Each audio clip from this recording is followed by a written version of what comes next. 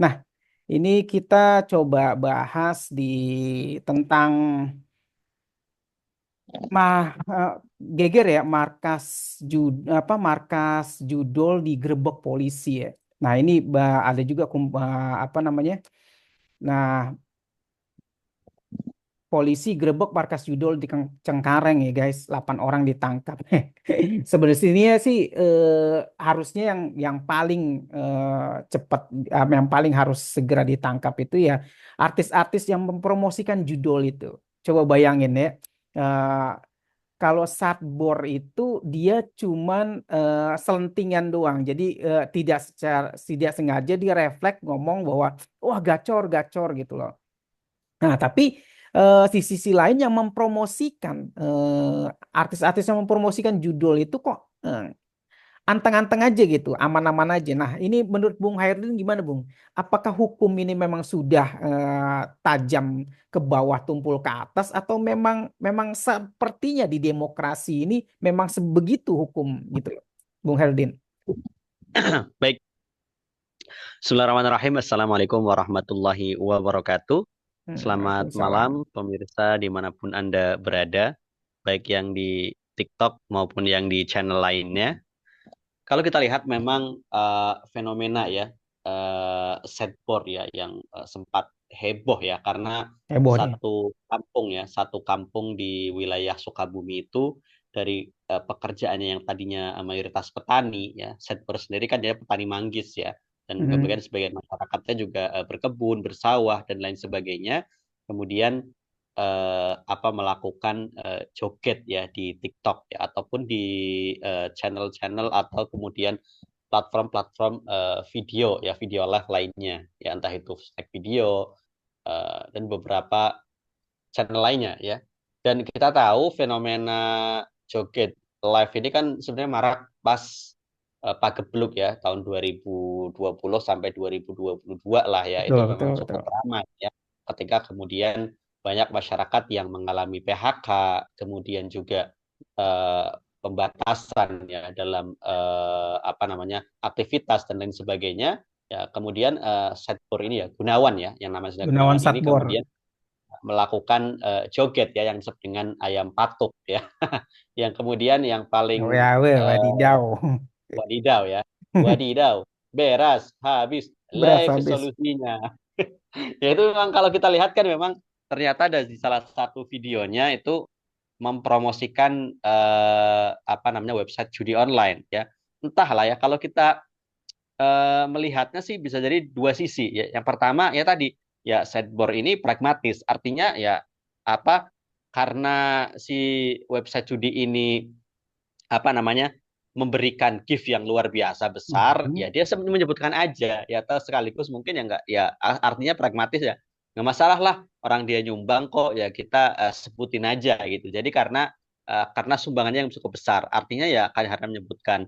Yang kedua, bisa jadi memang sudah ada settingan ya, artinya sudah ada yang menghubungi yang kemudian seolah-olah dipromosikan ya oleh setboard ini ya dalam live di di TikToknya seperti itu. Tuh.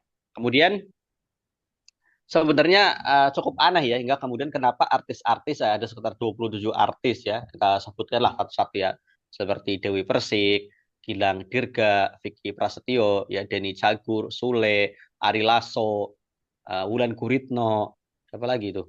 Banyak banget ya, ada bahkan ada yang sudah menjadi calon kepala daerah, kemudian DPR ya, seperti Denny Cagur, kemudian Gilang Dirga, kemudian Vicky Prasetyo. Mhm. Banyak banget tuh, ada puluhan artis ya, yang kemudian Ayu Ting Ting termasuk ya, Boy William. Ini terang-terangan loh, dia itu mempromosikan judi online ya. Sekelas artis ya, itu saya yakin nggak mungkin dia nggak tahu ya, mempromosikan itu yang dia gacor hanya dengan 2.000 3.000 bisa kemudian dapat menang sekian-sekian, artinya mereka sudah tahu itu judi online ya, dan ini Tuh, sudah, tuh. saya yakin sudah dibayar mereka jadi Hmm. brand ambassador ya bagi situs judi online tersebut. Jadi seharusnya yang kemudian mungkin ditahan ya, atau kemudian mendapatkan perhatian khusus dari kepolisian adalah para artis-artis yang menjadi bintang iklan ya, dari situs judi online. Banyak sekali, ada 27 artis ya, dan iklannya sampai sekarang masih sering nongol ya kalau kita lihat buka aplikasi di Snack Video ya, kalau kadang iseng buka permainan itu masih muncul artis-artis tersebut. Artinya Betul, betul. iklannya masih terpakai, dan itu bukan video editan ya. Kadang juga ada ya apa video editan ya, apa video misalkan Ustadz siapa, apa gerakan mulutnya apa, jelas kelihatan editan. Tapi kalau yang artis-artis itu dia nggak editan, jelas asli tuh Ya, ya. Jadi memang bukan dia bukan video tag pakai AI video, ya, bukan pakai AI iya ya. bukan pakai AI. Jadi dia tag video memang mempromosikan judi online. Ya, jadi Hmm, kenapa kemudian mereka hanya cuma dipanggil dimintai keterangan? Ya dulu kan heboh yang Wulan Guritno, kemudian semua artis-artis termasuk Nikita Mirzani, ya cuma dipanggil doang dikasih keterangan. Tapi kenapa Sedbor, ya yang tadi masyarakat biasa, masyarakat bawah ya yang kemudian mengais rezeki lewat live di TikTok, ya mungkin eh selama ini memang masih pro kontra ya, ada yang pro ya daripada mencuri dan lain sebagainya, daripada koruptor, ataupun yang kontra karena dianggap mengemis online ya, kita kesampaikan itulah ya. Tapi intinya sideboard ini kan tetap memberikan manfaat bagi masyarakat sekitarnya ya, bagi masyarakat di kampungnya yang kemudian bisa membayar hutang dan lain sebagainya ya. Dan ini ya wajar jika kemudian banyak yang tertarik ya, karena memang ini menunjukkan bahwa apa namanya, lapangan pekerjaan sangat minim ya, minimnya lapangan pekerjaan hingga membuat mereka tidak ada pilihan lain ya. Bahkan ya ketua RT-nya mengatakan ya selama dia ikut live itu hak penghasilannya lebih tinggi dibandingkan dia mungkin bertani atau apa ya, yang tadi mungkin jadi permasalahan akhirnya tadi menjadi pekerjaan tetap ya. Padahal kan tadi akhirnya pertanian terbengkalai, mungkin yang menjadi permasalahan juga di situ ya. Tapi yang jelas tadi kepolisian kalau kemudian mau adil ya, tadi yang artis-artis itu harus ditahan karena mereka betul, secara sadar gitu loh membuat betul. video, tidak kemudian mempromosikan judi online. Saya yakin mereka tahu itu judi online, nggak usah lah sok pura-pura polos juga tahu, cuma disuruh video ya nggak mungkin lah ya, sekelas artis kok. Dan saya yakin mereka dibayar, nggak Betul, mungkin nggak betul. dibayar ya. Jadi Ah, ah. eh, sudah sepatutnya ya kepolisian juga memeriksa lebih intens para artis yang mempromosikan judi online ya, kalau bisa ditahan ya. Kalau Setbor Gunawan ya, dan Gunawan Setbor dan juga temannya ya itu juga ditahan, harusnya ya para artis itu juga ditahan, jangan tebang pilih ya. Nah, jadi kalau kita kemudian melihat kasus ini ya artinya hukum itu memang tebang pilih ya, tajam ke bawah, tumpul ke atas ya. Kalau kemudian orang-orang yang di bawah yang kemudian melakukan pelanggaran itu langsung cepat sekali disikat ya. Tapi kemudian kalau yang melakukan ya tindakan kejahatan itu para pesohor atau bahkan pejabat itu seolah-olah ditunda lah, cuma diklarifikasi, cuma diapa tidak ditetapkan tersangka apa. Kenapa? Padahal sama loh posisi Gunawan Sedbor sama artis-artis yang promosi judi online. Bahkan lebih parah para artis karena mereka tahu, saya yakin tahu, dan mereka secara sadar membuat video itu. Nggak mungkin ya dalam keadaan eh, apa sakal ya, artinya mereka sadar ya. Jadi kalau kita melihat ini memang fenomena hukum yang tajam ke bawah tumpul ke atas. Nah, karena kondisinya harus apa seperti ini ya, jadi orang korbannya selalu aja orang-orang ya di kalangan bawah. Sebenarnya kalau kita bisa melihat sisi ya, sisi terang dan sisi gelapnya. Kalau sisi gelapnya, oke lah, Gunawan Sarbor itu joget-joget yang tidak mendidik gitu ya.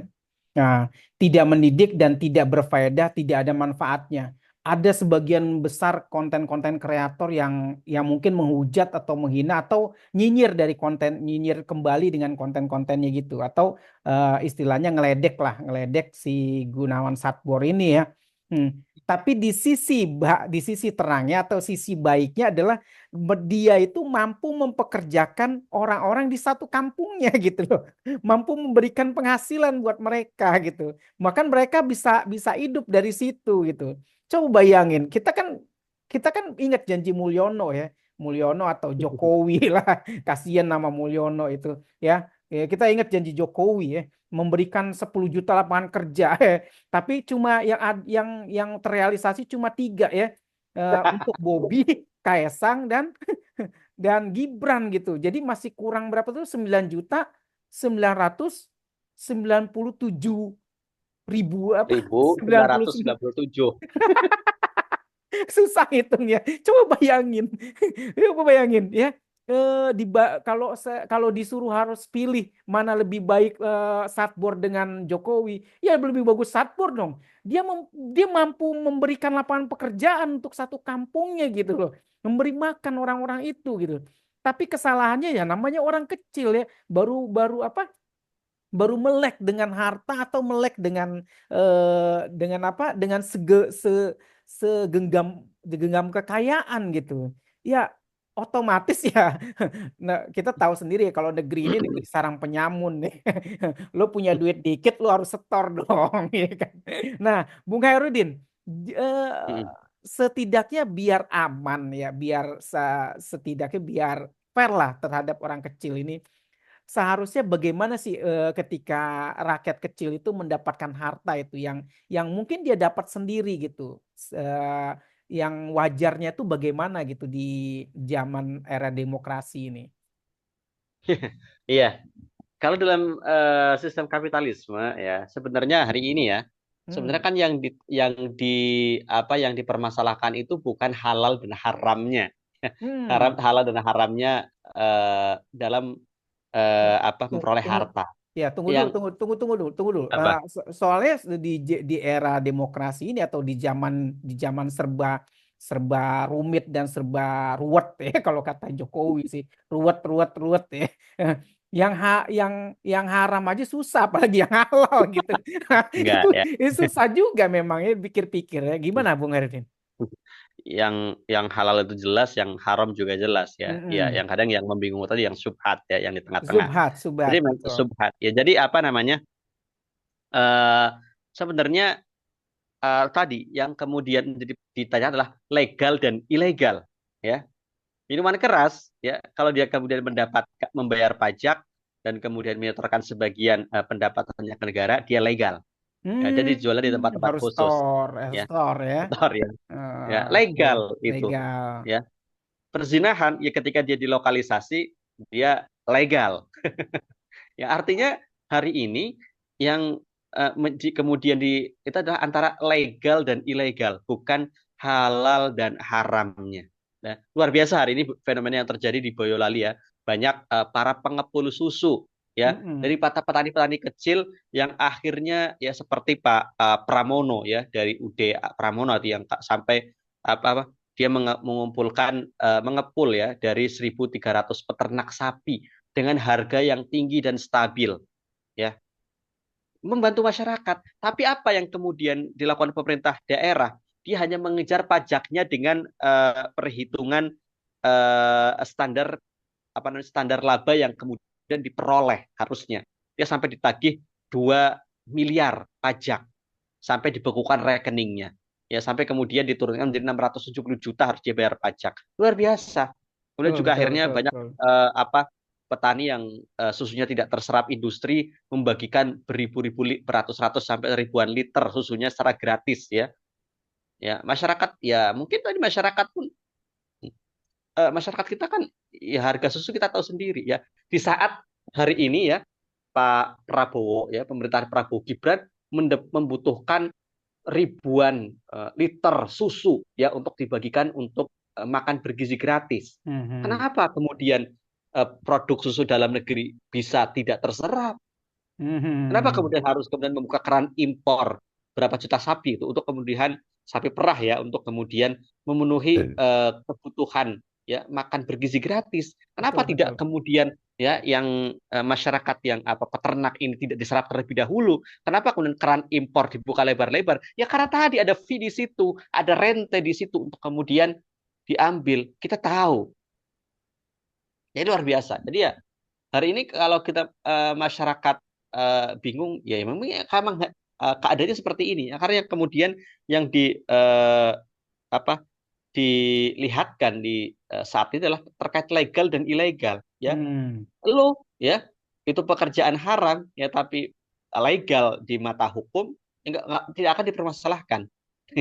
Tapi lo itu pekerjaan halal ya, tapi ilegal ya, ya itu akan bermasalah dalam hukum ya. Jadi Hmm. jadi tadi kemudian tidak memperhatikan halal dan haramnya. Itu yang kemudian pasti ya jelas ya apa yang terjadi hari ini ya pasti akan bermasalah karena memang aturan mainnya yang Aturan bermasalah, main sistemnya yang bermasalah ya. sistem. Jadi yang masyarakat lakukan ya pastinya bisa bermasalah kan banyak sekali itu ya ada kasus-kasus yang kemudian orang tidak lulus SD ya tidak lulus apa dia bisa membuat televisi apa secara otodidak belajar ya kemudian dia bisa Betul, betul, betul. apa namanya memperbaiki berbagai macam elektronik karena dia belajar secara otodidak atau mandiri ya Hmm. kemudian malah ditangkap malah diapa jadi karena dia dianggap ilegal pekerjaannya halal cuma karena Mhm. ilegal atau dianggap menyalahi aturan ya itu kemudian ditangkap dan lain sebagainya jadi seperti itu jadi yang kemudian hari ini ditanyakan adalah antara legal dan ilegal bukan halal dan haram itu yang kemudian menjadi masalah ya, menjadi masalah sangat besar di negeri ini juga ya luar biasa. Nah, kita lihat faktanya kemarin ya, beberapa waktu lalu ada pegawai ya, kalau nggak salah pegawai Kemenkominfo Digi ya, kalau sekarang namanya ya. Iya kan? Komdiji. Nah, Komdigi Mm. ya, Komdigi itu ada terlibat gitu. Nah, menurut Bung Herudin itu apakah itu nanti menyasar dana itu menyasar untuk ke bansos atau ke para buzzer nih kira-kira? Iya kan? Ya, udahlah duit haram, kerjaannya haram pula lagi. Terus capek deh. Gimana Bung Ya. Herudin? Ya, kalau kita lihat kan ditangkapnya apa 16 orang ya yang kemudian Mhm. mereka merupakan pegawai Komdigi. Yang anehnya lagi ternyata ada dari orang itu yang tidak lulus CPNS tapi bisa kerja di Kominfo, Wis, Komdigi ya, sebenarnya keren Kominfo. itu. Hebat Keren sekali itu. ya. Betul, betul. Kekuatan orang dalam luar biasa. Nggak lulus CPNS loh ya. Yang lulus saja belum tentu ditempatkan di tempat yang baik ya atau Betul, betul, mungkin betul, betul. di wilayah yang mereka inginkan ya. Tapi tadi dia nggak lulus CPNS bisa kerja itu luar biasa ya. Dan ternyata tadi eh, modusnya sama ya. Kan Budi Ari kan ya Budi Aris tadi Menteri Komunikasi dan Informasi ya dulu namanya Kominfo itu kan dinobatkan sebagai pemberantas judi online karena dikatakan membasmi 3,8 juta situs judi online. Hmm. Iya, betul mungkin ya tadi dia memberantas 3,8 juta, tapi ada yang disisakan ya. Situs-situs yang besar yang kemudian gacor katakanlah ya, yang Gacor, gacor, menghasilkan gacor, betul. acuan itu disisakan ya sekitar 1.000 ya. Yang kemudian 1.000 itu menghasilkan per bulannya ya, untuk yang melindungi itu 8,5 miliar per bulan loh itu. Itu sudah selama berapa tahun. Dan itu kan kita tahu Budi Ari menjabat sebagai Menkominfo tahun 2023 ya. Hmm. Artinya menjelang Pilpres 2024. Ya, itu kita Betul. tahu ya. Ya mungkin aliran dana itu untuk kemana? Ya, apakah kemudian untuk para buzzer atau dalam Pilpres 2024 atau untuk apa? Yang jelas Budi Aris Setiadi kan ketika kemarin dicecar oleh komisi berapa itu ya di DPR sampai saat rapat dengar pendapat ya, itu kan dia lari ke belakang. Entah apa maksudnya, entah kan mungkin kebelet atau aduh dia pusing Deg-degan, dia deg-degan. sampai Arige Diah Pitaloka bilang apa mau saya temenin sampai ke belakang. Itu luar biasa. Artinya kan eh, ada apa ini? Dan tadi harusnya ya polisi juga mencecar Budi Ari karena kan kom kom apa men apa sih? Kominfo Digi. Ya Menkominfo Diki yang sekarang ya Mutia Hafid itu kan baru menjabat belum ada 1 bulan ya. Jadi yang kemudian menjadi tanggung jawab adalah Menkominfo sebelumnya yakni Budi Aris Setiadi yang tidak adalah ketua umum Projo. Jadi ya kita lihat seperti apa nantinya. Oke, baik. Nah, kira-kira ya, setelah kasus ini kan kalau nggak salah nih di Detik News itu diduga promosikan judul Denny Cagur sudah ngaku dipanggil Bareskrim. Seharusnya kalau udah jelas promosikan judul seperti Denny Cagur ini harusnya sudah langsung dipenjara atau ditangkap ya, atau hukumannya mungkin lebih lebih lebih apa lebih lebih lama daripada Gunawan Satpur itu ya. Nah, Berhubung dia ini, kalau nggak salah sudah jadi anggota DPR ya, Denny Cagur nih ya. Ya, anggota Nah, DPR. nah, karena anggota DPR mungkin punya punya hak apa hak prerogatif atau hak Hak apa itu imunitas, hak hak imunitas. imunitas. Tentunya memang jauh ya, jauh di mana. Tapi setidaknya dampak apa dampak kerusakan yang ditimbulkan dari promosi dia kan luar luar biasa gitu. Seharusnya kalau memang hukum ini bisa menyasar langsung ke atas itu mungkin langsung bisa ditarik atau digerebek ya 1 kali 60 menit rumahnya atau ditangkap lah seperti Sugunawan Satbor. Tapi ya kita tahu ya negeri ini semakin ke sini kita melihat tontonan hukum itu seperti lawakan Denny Cagur ya, lawakan receh yang nggak ya istilahnya bagus enggak, jelek juga enggak gitu ya tengah-tengah lah gitu kan. Nah, Bung Herudin, untuk mengatasinya agar rakyat ini biar paham bahwasannya eh, kok Indonesia ini kok sepertinya gini-gini terus gitu loh. Enggak ada enggak ada bangkit-bangkitnya atau tidak ada perbaikannya sama sekali. Nah, saran Bung Herudin kira-kira apa nih untuk menuntaskan segala masalah ini, Bung Herudin? Iya, karena tadi ya permasalahan di situ bukan permasalahan yang sederhana, tapi permasalahan yang tadi baik itu problem sistemnya atau sistemik maupun Mhm. problem orangnya. Ya, ya. Jadi Hmm. sistemnya itu sistem yang rusak, ya. Ditambah kemudian hari ini Mhm. juga orang-orang yang rusak, ya kebanyakan. Ya, tapi tadi kalau kemudian apa makanya yang kemudian kita terus apa namanya sampaikan ya kepada Mhm. masyarakat ya terus kita dakwakan itu tadi perbaikan atau pergantian sistem ya karena hari sistem yang kita pakai adalah sistem kapitalisme yang semua menyandarkan ya pada harta ya pada kemudian benefit ya manfaat ya yang apa asasnya adalah sekulerisme ya pemisahan agama dari kehidupan atau kekuasaan ya itulah seperti ini jadi tadi eh, agama itu hanya tadi ya ranahnya ranah privat ya. Lo boleh ngomongin agama ya, tapi itu di masjid, di gereja, di apa namanya, di tempat ibadah saja ya. Betul, betul, Tapi betul. agama tidak boleh mengatur kehidupan. Itulah Betul, betul, sekulerisme betul. ya.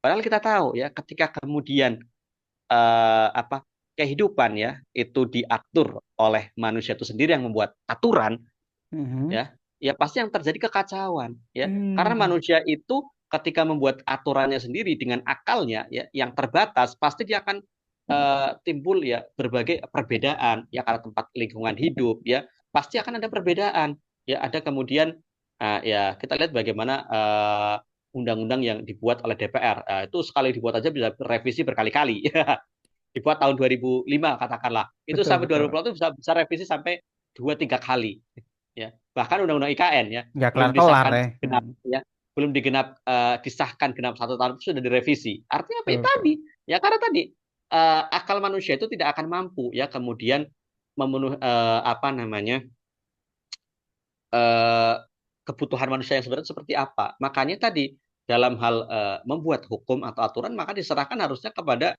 sang pencipta yakni Allah Subhanahu wa taala apalagi kita sebagai seorang muslim ya makanya Mhm. tadi kepada apa kepada syariat Islam yaitu yang harusnya terjadi bahwa eh, apa